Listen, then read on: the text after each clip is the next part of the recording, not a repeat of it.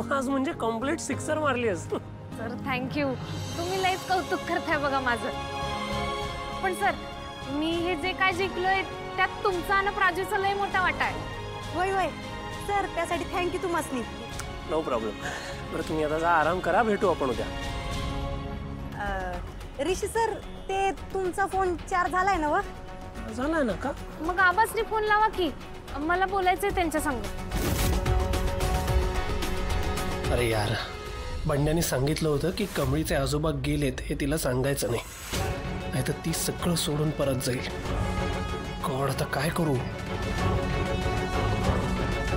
आता ही तर म्हणतेय की हिला आबांशी बोलायचंय, मगाशी कसं बसं टाळलं, पण आता काय करू? कॉल लावला तर हिला सगळं खरं काय घडलंय ते कळणार। सर कसला विचार करताय? आबांकडे फोन नसेल ना? अहो नाही, पण त्याच्या फोनवर लावा की फोन, तो जाऊन देईल आबासनी। 9825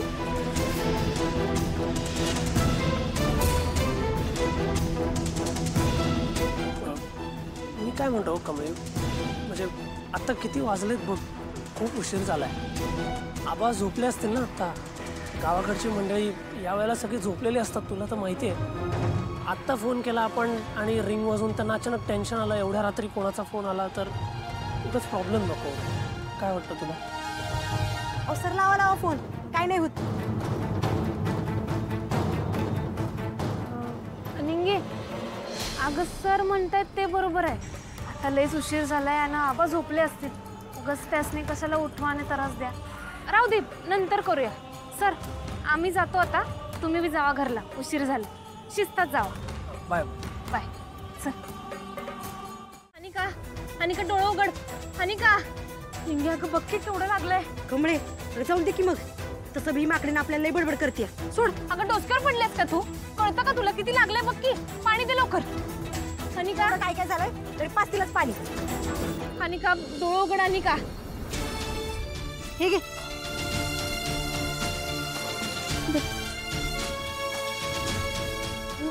अनिका, अनिका डोळे उघड। अनिका, आली आली, शुद्धीवर आली। अगं अशी कशी गाडीत ठोकलीस तू? हा, काय झालंय? लय दुखायलंय तुला? Get away from me, Kaushab! I'll kill you. Kumble, अगं बघ की, रगत काही थांबायचं नावच घेणं झालंय। तू एक काम कर, औषधी पाला सापडतोय का बघ जा, लवकर आण जा। अनिका, अगं बघ की किती लागलंय तुला। Kaushab, let me go. जाऊ दे मला। अगं येडेस का तू? डोसक्यावर पडलेस काय? एवढं लागलंय कळा ना तुला, असे कसे सोडून जाऊ तुला? कुंबळे, हे घे। सगळं तुमच्यामुळे झालंय। इव, काय करताय हे? इव, it stings. Oh my God. Kumble, तिला जखम बीच्या हट्टासारखीच झाली आहे बघ, रगत काही थांबायचं नावच घेणं झालंय। आपण एक काम करूया, ह्याच्यावर माती लावू, म्हणजे बरं वाटेल। आणजा लवकर। लेट मी गो। अनिका गं, अनिका अगं बस 2 मिनिटं थांब की जरा। जाऊन दे मला। ए, काय करताय हे? माझ्यावर गिनी पिग की तुम्ही माझ्यावर हे एक्सपेरिमेंट्स करताय? आई, तुम्हाला नक्की काय म्हणायचंय? ती बाहेर जाऊन अनहेल्दी फूड खाते, तिला कळत नाही हेल्दी फूड काय असतं ते। ती बाहेर जाऊन सुद्धा हेल्दी फूडच खाते, ओके? राजन, पैसे दे। राजन, काय करतोस तू?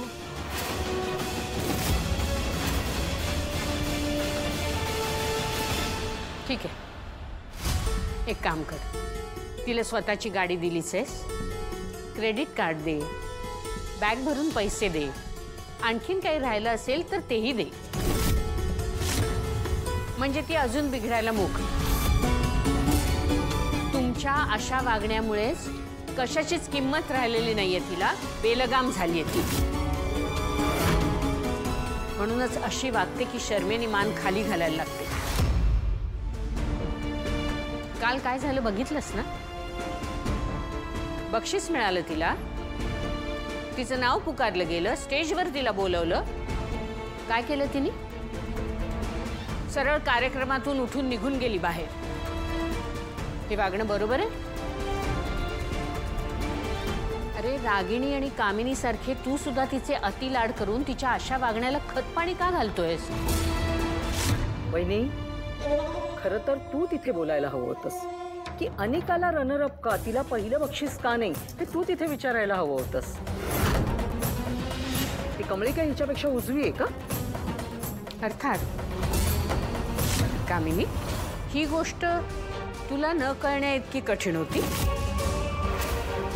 ज्याला त्याला त्याच्या कुवतीप्रमाणेच मिळतं. आणि आपल्या अनिकामध्ये खिलाडू वृत्ती आहे का? अजिबात नाही. त्या उलट कमळीकडे बघा. शिवाय इतक्या अडचणी आल्या तरी सुद्धा हार न मानता ती वेळेत स्टेजवर पोचली. तिने आपला परफॉर्मन्स सादर केला आणि इतरांपेक्षाही सरस ठरली. म्हणजे निकाल स्पष्टच होता ना. मग पहिला नंबर दुसऱ्या कोणाला मिळणार होता? अनिका बाळा, नात आहेस तू माझी. मी जे सांगते ते तुझ्या भल्यासाठीच आहे. तुझं हे असं बेलगाम वागणं अजिबात योग्य नाहीये. हे असं वागणं या घरात तर चालणार नाहीच, पण बाहेरही मुळीच चालणार नाही. महाजन नाव लावतेस तू. त्या नावाचा मान सन्मान राखणं हे कर्तव्य आहे तुझं.